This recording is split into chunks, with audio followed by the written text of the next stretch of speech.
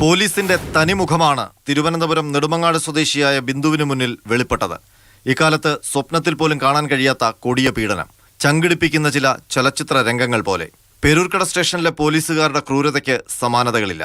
മാലമോഷണക്കുറ്റം ഒരു നിരപരാധിയിൽ അടിച്ചേൽപ്പിക്കാൻ എത്രത്തോളം മനുഷ്യത്വഹീനമാകാമോ അതിന്റെ എല്ലാം പരിധി ലംഘിച്ച ഉദ്യോഗസ്ഥർ. യൂണിഫോം ഇട്ട നീചരെ ശിക്ഷിക്കാതെ എങ്ങനെ ബിന്ദുവിന് നീതി ലഭിക്കും? SI G പ്രസാദിന് മാത്രമാണ് സസ്പെൻഷൻ നൽകിയിരിക്കുന്നത്. തന്നെ ക്രൂരതയ്ക്കിരയാക്കി ആനന്ദിച്ച പോലീസുകാരൻ പ്രസന്നനടക്കമുള്ളവർക്കെതിരെ നടപടിയെടുത്തേ തീരൂ എന്ന നിലപാടിലാണ് ബിന്ദു.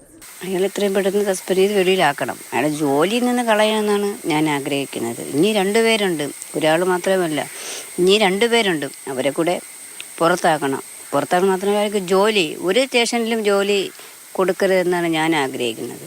കാരണം എന്നെ അത്ര ദ്രോഹിച്ചിട്ടുണ്ട്. വ്യാജമോഷണ പരാതി നൽകിയ വീട്ടുടമയ്ക്കെതിരെയും നടപടി വേണം. മക്കളെയും പ്രതി ചേർക്കുമെന്നു, എൻ്റെ മക്കളെയും പ്രതി ചേർക്കുമെന്നാണ് ഇയാൾ എൻ്റെ മുഖത്ത് നോക്കി എന്നോട് പറഞ്ഞത്. ദളിത് സ്ത്രീയെ 21 മണിക്കൂർ ക്രൂരഭേദ്യത്തിനിരയാക്കിയ സംഭവത്തിൽ വനിതാ കമ്മീഷൻ റിപ്പോർട്ട് തേടി. ഈ സംഭവത്തിനിടയായിട്ടുള്ള സാഹചര്യങ്ങളെക്കുറിച്ച് വസ്തുനിഷ്ഠമായിട്ടുള്ള അന്വേഷണം നടത്തിക്കൊണ്ട് മുഴുവൻ കുറ്റക്കാരെയും വെളിച്ചത്ത് കൊണ്ടുവരാൻ വേണ്ടി കഴിയണം. ശക്തമായ നടപടി ഉണ്ടാകുമെന്ന് CPM.